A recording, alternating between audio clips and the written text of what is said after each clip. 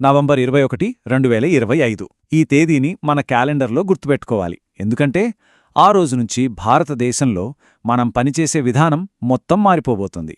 ఇది ఏదో చిన్న మార్పు కాదు, దేశంలోని కోట్లాది మంది కార్మికుల జీవితాలను మార్చేసే ఒక భారీ చారిత్రాత్మక సంస్కరణ. అసలు దీని వెనుకున్న కథేంటో ఇప్పుడు వివరంగా చూద్దాం. ఈ సంస్కరణలో అందరినీ ఆశ్చర్యపరిచే మొదటి విషయం ఇదే. ఇప్పటిదాకా కంపెనీలు, కార్మికులు అందరూ దాదాపు 29 వేర్వేరు చట్టాల చిట్టడవిలో ఇరుక్కుపోయారు. ఇప్పుడు ఆ 29 చట్టాలను కేవలం 4 సరళమైన కోడ్లుగా మార్చేశారు. అవును, మీరు విన్నది కరెక్టే, 29 నుంచి కేవలం 4కి. ఇది ఎంత పెద్ద మార్పో, ఎంత ఊరటో కదా. సరే, ఈరోజు మనం ఏం తెలుసుకోబోతున్నామంటే, అసలు ఈ భారీ సంస్కరణ ఎందుకు అవసరమైంది, పాత చట్టాల్లో ఉన్న చిక్కులేంటి, ఈ కొత్త ఒప్పందం వల్ల కార్మికులకందే ప్రయోజనాలేంటి, ముఖ్యంగా ఈ కొత్త రక్షణ కవచం కిందకి ఎవరెవరు వస్తారు, దీనిపై జరుగుతున్న చర్చ ఏంటి, చివరగా మనందరి పని భవిష్యత్ ఎలా ఉండబోతోంది. పదండి, వీటన్నింటికీ సమాధానాలు వెతుకుదాం. ముందుగా మనందరి మదిలో మెదిలే మొదటి ప్రశ్నతోనే మొదలుపెడదాం. అసలు ఇంత పెద్ద సంస్కరణ ఎందుకు తీసుకురావాల్సి వచ్చింది? ఈ మార్పు వెనుకున్న అసలు కారణాలేంటో చూద్దాం. ఈ కొత్త కోడ్లు ఎంత ముఖ్యమైనవో మనకు పూర్తిగా అర్థం కావాలంటే మనం ఒకసారి వెనక్కి వెళ్ళాలి. సంస్కరణలకు ముందు మన కార్మిక చట్టాల వ్యవస్థ ఎలా ఉండేదో చూస్తేనే ఈ మార్పు అవసరం మనకు స్పష్టంగా తెలుస్తుంది. పాత వ్యవస్థ అచ్చమొక చిక్కుల వలయంలాంటిది. ఒక్కసారి ఆలోచించండి. చాలా చట్టాలు మనకు స్వాతంత్ర్యం రాకముందు ఫ్యాక్టరీల కాలంలో రాసినవి. అవి ఇప్పటి యాప్ ఆధారిత డిజిటల్ ఆర్థిక వ్యవస్థకు ఎలా సరిపోతాయి? ఒకవైపు ఏ రూల్ ఫాలో అవ్వాలో తెలియక కంపెనీలు తలలు పట్టుకుంటే, మరోవైపు చాలా ముఖ్యంగా మనకు ఫుడ్ డెలివరీ చేసేవాళ్లు, మనల్ని ఆఫీసులకు చేర్చే డ్రైవర్లు, ఇలాంటి కోట్లాది మంది గిగ్ కార్మికులకు ఎలాంటి చట్టపరమైన రక్షణ లేకుండా పోయింది. సరే, ఆ గందరగోళ గతం నుంచి ఇప్పుడు మనం భవిష్యత్తులోకి అడుగుపెడదాం.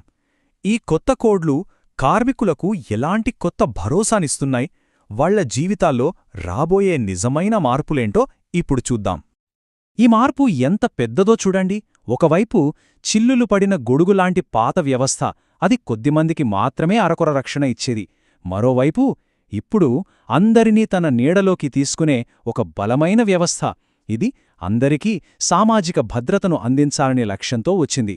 ఇది చిన్నపాటి మార్పు కాదు, ఒక సంపూర్ణ పరివర్తన. ఇప్పుడు కొన్ని నిజంగా అద్భుతమైన మార్పుల గురించి మాట్లాడుకుందాం. ఇకపై ప్రతి ఒక్క కార్మికుడికి అపాయింట్మెంట్ లెటర్ ఇవ్వడం తప్పనిసరి. కనీస వేతనం అనేది కొన్ని పరిశ్రమలకే కాదు, ఇప్పుడు ప్రతి ఒక్కరి చట్టబద్ధమైన హక్కు. 40 ఏళ్లు దాటిన ప్రతి కార్మికుడికి ఏటా ఉచితంగా హెల్త్ చెకప్. కానీ అన్నింటికన్నా పెద్ద ఎమోషనల్ మార్పు ఇదే. ఇంతకు ముందు గ్రాట్యుటీ రావాలంటే 5 ఏళ్లు ఎదురుచూడాలి. ఇప్పుడు కాంట్రాక్ట్ ఉద్యోగులు కూడా కేవలం 1 సంవత్సరం పనిచేస్తే చాలు గ్రాట్యుటీకి అర్హులవుతారు. 5 ఏళ్ల నుంచి 1 సంవత్సరానికి. ఇది వాళ్ల కుటుంబాలకి ఎంత భరోసానో ఆలోచించండి. ఇంత మంచి ప్రయోజనాలు సరే, కాని అసలీ కొత్త సామాజిక భద్రతా వలయం కిందకు ఎవరెవరు వస్తారు? ఈ కొత్త రక్షణ కవచం ఎవరెవరికి అండగా నిలవబోతోందో ఇప్పుడు వివరంగా చూద్దాం. ఇది నిజంగా ఒక గేమ్ చేంజర్. చరిత్రలో మొట్టమొదటిసారిగా మన చట్టం గిగ్ వర్కర్, ప్లాట్ఫామ్ వర్కర్ అనే పదాలను అధికారికంగా గుర్తించింది. ఇది కేవలం ఓ పదం కాదు, ఇది వారికి అందబోయే అన్ని హక్కులకు, భద్రతకు పునాది అన్నమాట. ఈ ఒక్క మార్పుతో వాళ్లు ఇకపై కనిపించని శ్రామికులు కాదు, చట్టం గుర్తించిన కార్మికులు. సింపుల్గా చెప్పాలంటే మన ఇంటికి రోజు ఫుడ్ తెచ్చే డెలివరీ ఏజెంట్లు, మనల్ని ఆఫీసులకి తీసుకెళ్లే క్యాబ్ డ్రైవర్లు, వీళ్ళంతా ఇప్పుడు మొట్టమొదటిసారిగా సామాజిక భద్రత కిందకొస్తారు. వాళ్లు పనిచేసే కంపెనీలు తమ టర్నోవర్ నుంచి 1-2% వాళ్ల భవిష్యత్తు కోసం జమ చెయ్యాలి. వాళ్ళు ఏ రాష్ట్రానికి వెళ్లినా తమ ఆధార్ నెంబర్తో పీఎఫ్, ఈఎస్ఐసి వంటి ప్రయోజనాలు పొందగలరు. ఇక కాంట్రాక్ట్ ఉద్యోగుల జీవితాల్లో ఇదొక పెనుమార్పు. ఇకపై టెంపరరీ, పర్మనెంట్ అనే తేడా ప్రయోజనాల్లో ఉండదు. సమాన పనికి సమాన వేతనం, సమాన హక్కులు. మళ్లీ చెబుతున్నాను, కేవలం 1 సంవత్సరానికి గ్రాట్యుటీ. ఇది వాళ్లకి ఎంతటి ఆర్థిక స్థిరత్వాన్నిస్తుందో కదా. ఈ కొత్త కోడ్లు మహిళా సాధికారతకు ఒక బలమైన అడుగు వేశాయి. ఇప్పుడు మహిళలు తమకిష్టమైతే పూర్తి భద్రతా ఏర్పాట్లతో రాత్రి షిఫ్టుల్లో కూడా పనిచేయవచ్చు. ఇది వాళ్ళకి అవకాశాల తలుపులు తెరుస్తుంది. సమాన పనికి సమాన వేతనమనేది ఇక నినాదం కాదు, అది చట్టం. అలాగే వర్క్ప్లేస్లో ఫిర్యాదుల కమిటీలలో వాళ్ల ప్రాతినిధ్యం తప్పనిసరి చేశారు. అయితే ఇంత పెద్ద మార్పు వచ్చినప్పుడు భిన్నాభిప్రాయాలు కూడా ఉంటాయి కదా. ఈ సంస్కరణలు చాలా మంచివని ఒక వర్గం అంటుంటే కొన్ని ఆందోళనలు కూడా వ్యక్తమవుతున్నాయి. కథలో మరో కోణాన్ని కూడా మనం తప్పక చూడాలి. చూడండి, ఇక్కడ మేము ఏ పక్షం వహించట్లేదు, వాస్తవాలను మాత్రమే మీ ముందు ఉంచుతున్నాం. దేశంలోని 10 ప్రధాన ట్రేడ్ యూనియన్లు కలిసి ఈ కోడ్లను శ్రామికులకు వ్యతిరేకంగా చేసిన మోసం అని తీవ్రంగా విమర్శించాయి. ఈ చట్టాలు యజమానులకు అనుకూలంగా ఉన్నాయని తమతో చర్చించకుండా ఏకపక్షంగా తెచ్చారని వాళ్లు ఆరోపిస్తున్నారు. సరే, ఒకవైపు ప్రయోజనాలు, మరోవైపు విమర్శలు, వీటన్నింటినీ పరిగణనలోకి తీసుకొని ఇప్పుడు మనం భవిష్యత్తు వైపు చూద్దాం. ఈ మార్పుల తర్వాత భారతదేశంలో పని స్వరూపం ఎలా మారబోతోంది? మన ముందున్న దారి ఎలా ఉండనుంది? ఈ ఒక్క చార్ట్ మన దేశం ఎంత దూరం ప్రయాణించిందో చెబుతుంది.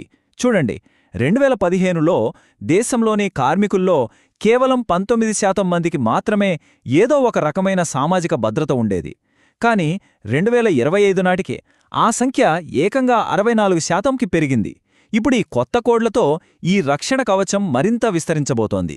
ఇది నిజంగా అద్భుతమైన ప్రగతి. అంతిమంగా ఈ మొత్తం విశ్లేషణ సారాంశం ఒక్కటే: భారతదేశం పాతబడిపోయిన, చిక్కుముళ్లతో నిండిన చట్టాల వ్యవస్థ నుండి బయటపడి స్పష్టమైన, ఆధునికమైన, అందరినీ కలుపుకోపోయే భవిష్యత్తు వైపు అడుగువేస్తోంది. ప్రతి కార్మికుడికి రక్షణ కల్పించడమే దీని ముఖ్య ఉద్దేశం. ఈ విశ్లేషణను మనం ఒక ముఖ్యమైన ప్రశ్నతో ముగిద్దాం. చట్టాలను కాగితంపైకి తీసుకురావటం గొప్ప విజయమే, కాని అసలైన సవాలు ఇప్పుడే మొదలవుతుంది.